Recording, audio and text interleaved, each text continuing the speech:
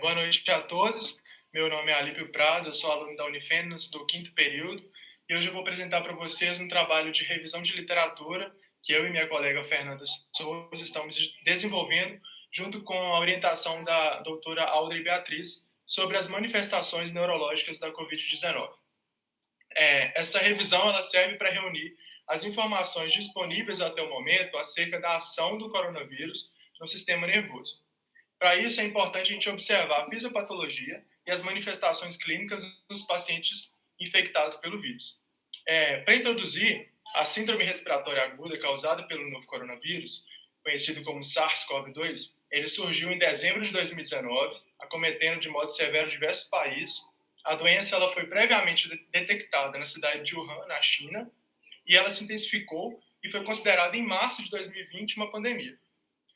De acordo com alguns estudos feitos e divulgados pela Organização Mundial da Saúde, o vírus ele pode ser transmitido por contato, pelo ar, por fomites, além de outras maneiras, como a possibilidade de transmissão por via intrauterina.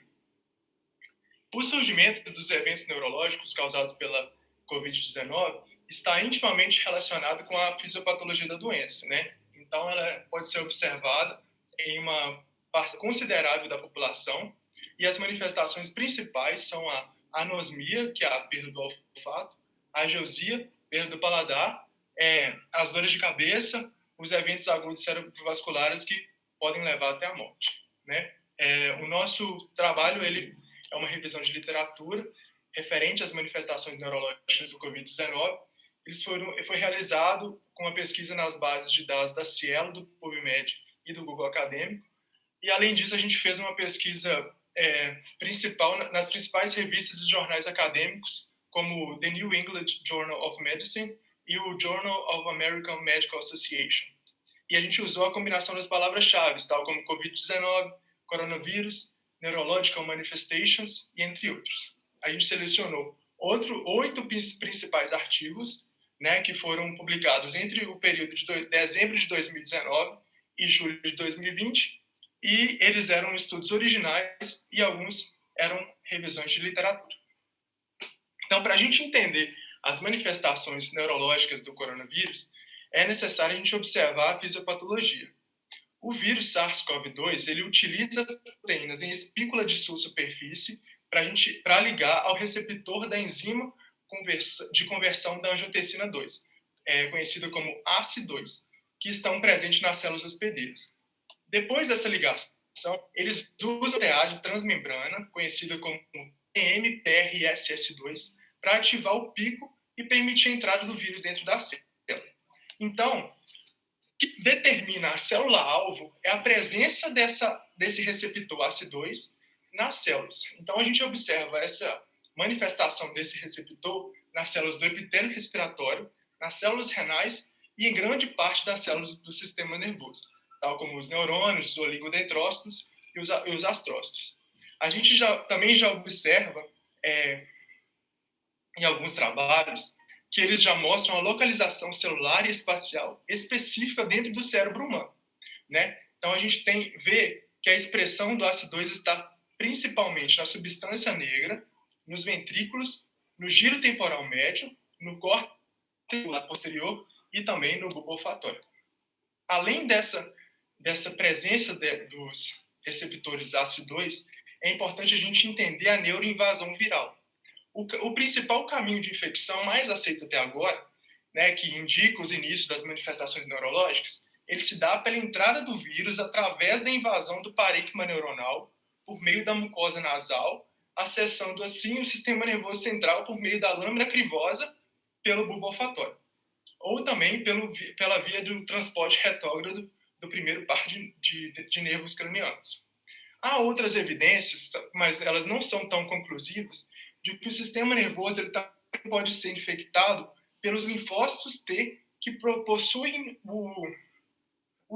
Então, esses linfócitos T infectados, eles podem atravessar a barreira hematoencefálica e infectar o sistema nervoso central, mas eles não são o principal caminho de infecção. Então, depois de entender tudo isso, a gente vai para as manifestações neurológicas. É importante a gente entender essas manifestações porque 35% dos pacientes infectados que apresentam as manifestações clínicas da Covid-19, eles desenvolvem algum tipo de manifestação neurológica causada pela doença. Sendo que em alguns desses pacientes, os sintomas iniciais são os sintomas neurológicos, né? Apesar da gente saber pela clínica de que as pessoas que manifestam as causas neurológicas, eles estão em estágios mais avançados da doença, ainda tem alguns que manifestam nas partes iniciais. Então, a primeira manifestação que a gente tem é a dor de cabeça, né, a cefaleia, que ela é uma das queixas iniciais mais comuns em pacientes com Covid-19. Em uma série de casos recentes, a gente já vê que a cefaleia ela foi a queixa predominante junto com a febre, a tosse e a dor de garganta. E em estudos feitos em Wuhan, na China, eles observaram que entre 13% e 34% dos infectados tinham a manifestação da dor de cabeça nos pacientes infectados. Então, os estudos eles acreditam que os mecanismos neuroinflamatórios eles têm sido invocados em algumas síndromes de cefaleia por meio das citocinas e quimiocinas, que eles desencadeiam a ativação dos neurônios sensoriais nociceptivos, que são os neurônios que causam a sensação de dor. Além disso, a gente tem, né, os eventos agudos cerebrovasculares. Esses eventos agudos, eles causam o comprometimento da consciência, que foi relatado em 37% dos pacientes hospitalizados com o Covid-19. A causa da perda de consciência, ele tem vários mecanismos. Aí ele pode ser causado pela infecção direta e dano do parênquima, né, visto que as células da glia, por exemplo, elas possuem o receptor ACE2. Essa perda de consciência também pode ser causada por acidentes vasculares encefálicos, tanto que a gente observou alguns estudos realizados em Nova York de que alguns pacientes jovens eles desenvolveram um derrame de grandes vasos quando eles estavam infectados pelo Covid-19. Então, assim, o AVL pode acometer todas as idades no contexto do coronavírus. E também a gente tem essa perda de consciência causada pelas doenças desmielinizantes, que é o caso da síndrome de Guillain-Barré. Além disso, a gente também tem a anosmia, né, que é a disfunção olfatória, que é uma manifestação também muito importante, e ela é elucidada visto que o neurônio ele tem a manifestação dos receptores ACE2.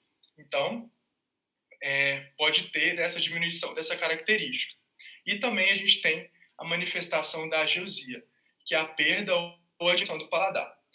Ela também é uma manifestação muito importante, né, visto que nos estudos eles observaram que a prevalência desses sintomas é bem elevada. Né? A gente viu num estudo que fala que na Alemanha 88% desenvolveram as disfunções do paladar. Então, é importante a gente observar as manifestações neurológicas. Para a gente concluir, então, sabe-se que até o momento essas novas descobertas são fatores clínicos importantes para a gente entender essa nova doença.